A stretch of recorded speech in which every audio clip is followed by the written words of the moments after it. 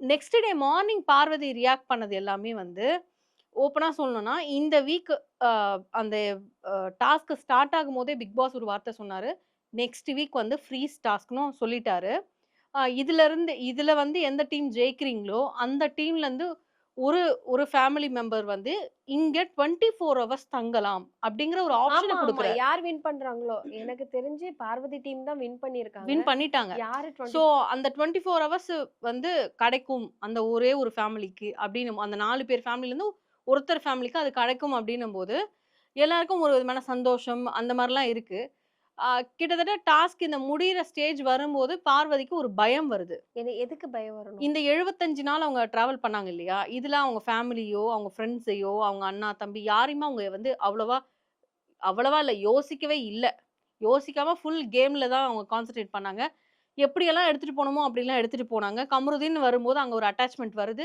துணிஞ்சு எல்லாத்தையுமே அவங்க வந்து அங்க அ அவங்களுடைய லவ்வா இருக்கட்டும், அவங்களுடைய ஃப்ரெண்ட்ஷிப்பா இருக்கட்டும், எல்லாத்தையுமே அவங்க அங்க காமிக்கிறாங்க. கே நம்ம பேரண்ட் வந்து நம்மள என்ன பண்ணுவாங்க அப்படிங்கிற ஒரு பயம் வந்துச்சுன்னா, அந்த ஒரு இருக்கு இல்லையா? அந்த ஒரு பதட்டம் இருக்கும் இல்லையா? ஸோ அந்த பதட்டத்துல தான் அவங்க வந்து பேசுறாங்க. நான் மார்னிங் லைவ் பார்த்தேன். அதுல தெரிஞ்சது எனக்கு கிளியரா தெரிஞ்சது. அந்த பதட்டத்துல தான் அவங்க பேசுறாங்க.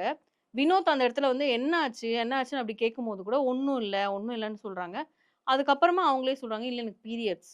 ஸோ அந்த பெயின்லயும் இருக்கேன் நானு." அப்படின்னும்போது, அப்ப அமித் வந்து உட்கார்றாரு. அமித் கிட்ட பேசும்போது, அமித் ஒரு எக்ஸ்ப்ளனேஷன் குடுக்குறாரு.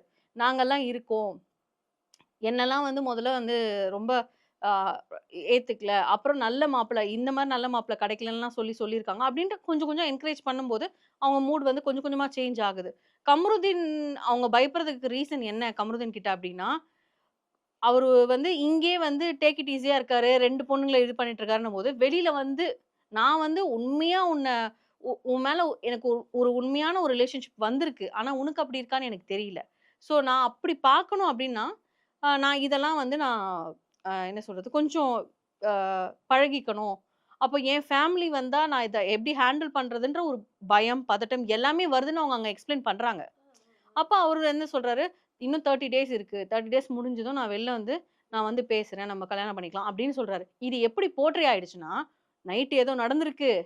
வெளியில போயிட்டு 30 டேஸ் கழிச்சு பிரெக்னன்சி டெஸ்ட் எடுத்துட்டு கல்யாணம் பண்ணிக்கிறேன்னு சொல்றான். அப்படிங்கிற மாரி போர்ட்ரே ஆயிட்டு இருக்கு. ஓகே. எப்படி ஒரு பொண்ண எப்படி அப்படின்னா இப்படியெல்லாம் இல்ல வந்து எனக்கு தெரியல. பண்றாங்கன்னு எனக்கு அவ்ளோ தெரியல. பெரிய டீம். நான் வந்து பார்வதி உத்தமி அப்படிலாம் நான் சொல்ல விரும்பல.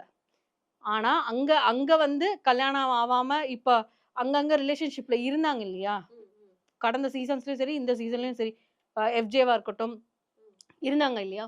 ஸோ அவங்களுக்குள்ளேயும் இந்த மாரி விஷயங்கள்லாம் இருந்திருக்கும்.